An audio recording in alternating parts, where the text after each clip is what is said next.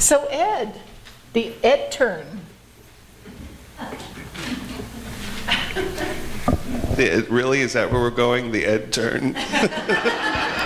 Hey, Cecil thought of it, and then somebody else thought of it. Everybody last night agreed. Everybody agreed. Yeah, apparently I missed quite the party yesterday, didn't I?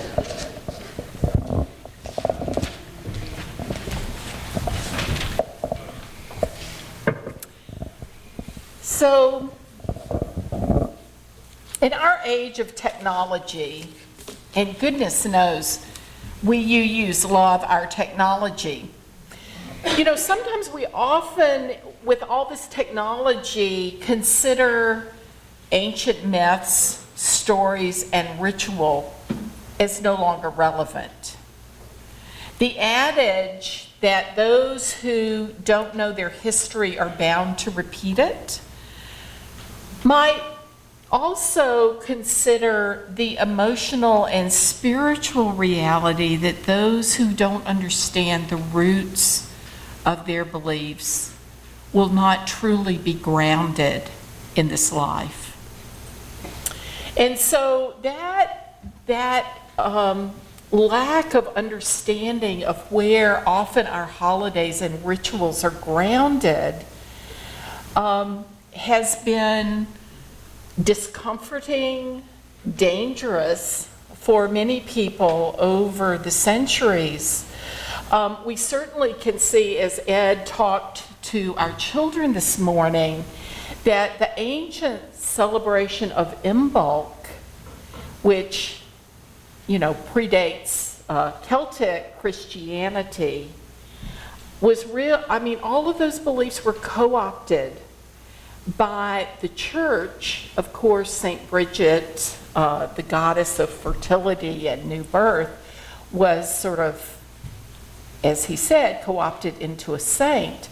But we can look in culture after culture where indigenous beliefs that are very powerful and powerful for us still are often forgotten, and yet they can't be repressed. They emerge over and over because in many ways they're archetypal. They're sort of hardwired into our human psyche and our need to celebrate the seasons and rhythms of the year, to, well, I'll stop there. So today begins Imbolc. It goes over into tomorrow, and it's the time between the beginning of a new rhythm in the year. And I like what you said, Ed, about Saint Groundhog being the, you know, the anticipation. And gosh, we have to be patient. Yeah, how many times this week have I heard people say, oh, I'm so ready for spring? So This is spring. Where I'm from, this is summer, actually. So you've been doing some thinking about, you know, and some discovery about Saint Brigid as goddess. That's right. Not God. That's right. Sorry, goddess. Oh, God, did I call her a god? Yeah. Oh, sorry. But anyway, it's okay. So Imbolc.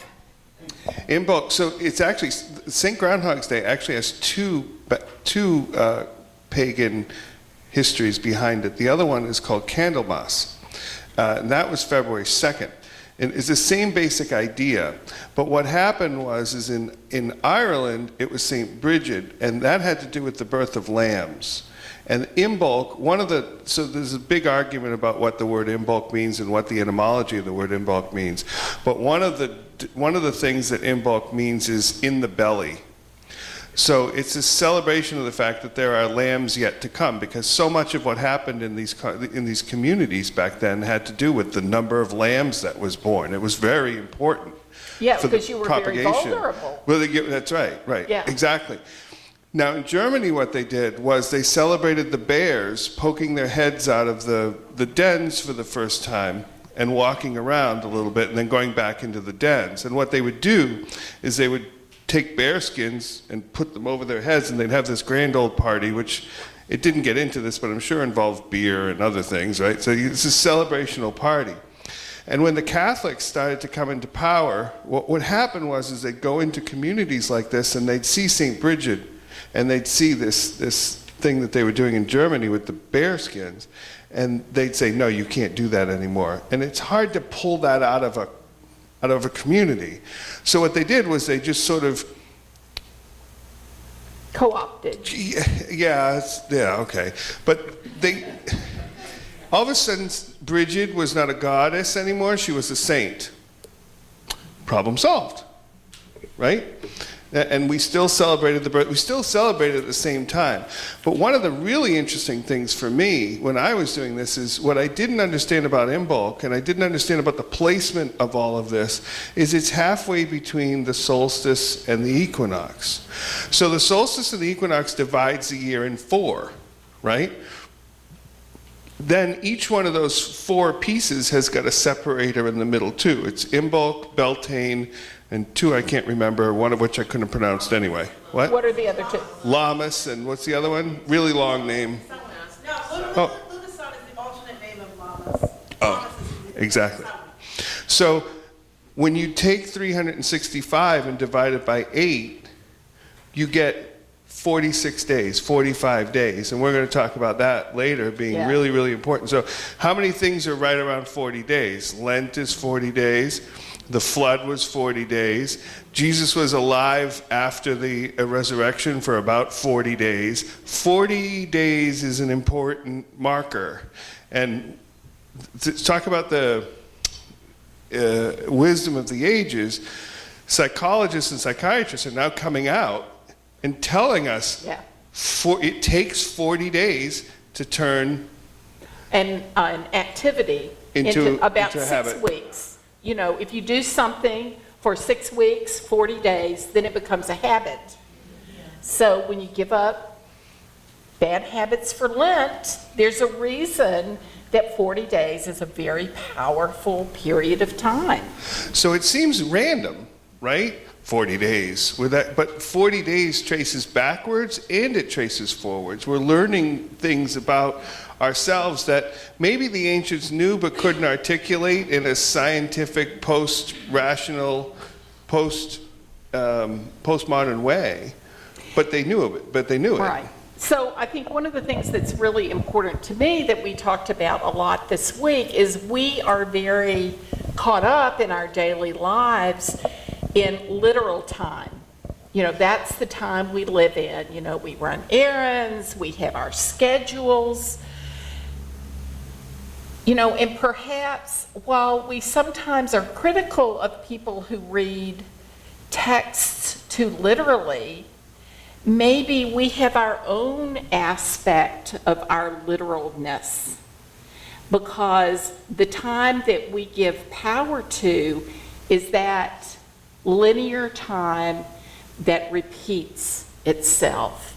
But the more we talked about, you know, what does Imbolc mean for me in my life, I was like, it's not literal time, it's liminal time. Okay, so liminal time, what is that? Well, Carol will like this.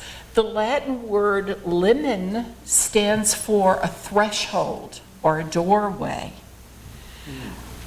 Liminality refers to a threshold period. So here we are in this very rich time between. And that's when all the growth happens. Absolutely, absolutely. So we're not in that place of what has come before, and we're anticipating spring and having to be patient. But where is the power of this in between, this betwixt and between place? So the Candlemas thing in Germany had to do with what they would do is they would take these giant torches, That's where the candle part came from. And they go running around their fields to bless their fields to get ready to plant them coming up in the future. So there was a lot of this in between. So they didn't actually plant them at this point, but they got them ready to be planted at this point. It's sort of like, you know, as you go through the development of a child, right? You have all these rituals with children where you know, they, in church language, they, you know, we have we have the naming and dedication. The naming and dedication, and then we have the bridging, and then some churches will have something in the middle. So as they hit sort of mile markers along the way, we have ritual. But the mile marker is not the important part. It's everything that happens between the mile markers that's the important part. So when you drive from mile marker 56 to mile marker 57, it's the mile that matters, not the mile matter. It's the transition. It's that period of time in between the mile markers, and that's this liminal thing you're talking about, right? Right, and it's really, the liminal time is that time of sort of mystery and unknown. How many of us have been in a period where we knew our lives were changing, and it's like, oh, I'm stuck in this place where I don't know what's coming next. And that is awful for those of us who are literal and linear. But how do we hold on to those places between, those mysterious places where we are not quite ready? You know, it's the chrysalis stage where the past is sort of, the caterpillar isn't there, but the butterfly's not here either. And that feels very unsafe for us. But there is a lot of wisdom that can emerge. And part of the challenge of our culture is that we rush so much, we don't have space for silence. Right. Starhawk has a wonderful reading in the hymnal. Do you mind if I share this? I think that'd be great. Okay. So Starhawk writes, I am the beauty of the green earth and the white moon among the stars and the mysteries of the waters. I call upon your soul to arise and come unto me. For I am the soul of nature that gives life to the universe. From me all things proceed, and unto me they must return. Let my worship be in the heart that rejoices, for behold, all acts of love and pleasure are my rituals. Let there be beauty and strength, power and compassion, honor and humility, mirth and reverence within you.